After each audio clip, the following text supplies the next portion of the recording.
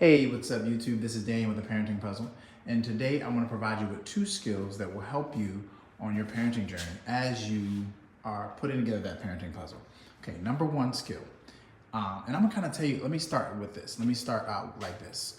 So children, one thing we have to learn, we have to understand, and we have to know this, children don't really know how to control themselves, number 1. And then number 2, children don't really know how to take responsibility for their choices and decisions. And that's why as parents, we have to hold them responsible, right? They learn that through watching someone close to them, a caregiver or a parent close to them, exhibit these disciplines or these habits, right? So what I've learned in my journey with my children is that if I want them to take responsibility for their choices and decisions, I have to take responsibility for my choices and decisions.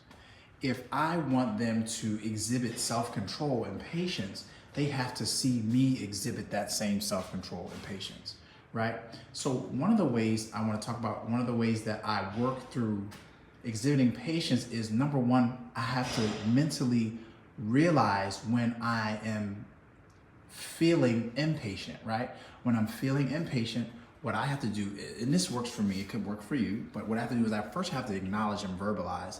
I have to say it out loud. Right now, I'm having a feeling of impatience, right?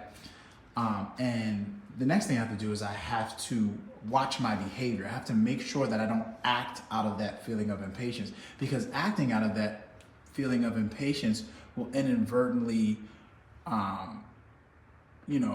bring possibly a situation of trauma towards them, right? Or they could possibly experience abuse if I am not patient with them, right?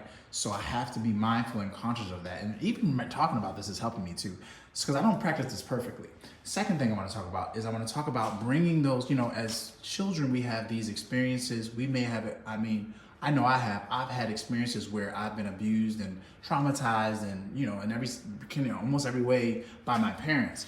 And so in order to avoid bringing that and experience and putting that on my children, I have to take responsibility for my story and my journey and my hurts and my pains.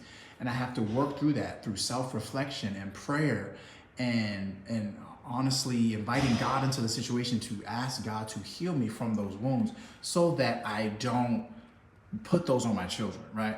So I say that to say I have to end this video. But I'm glad I shared a lot. I hope that blessed you. If it did, please like, subscribe, and share. Thanks.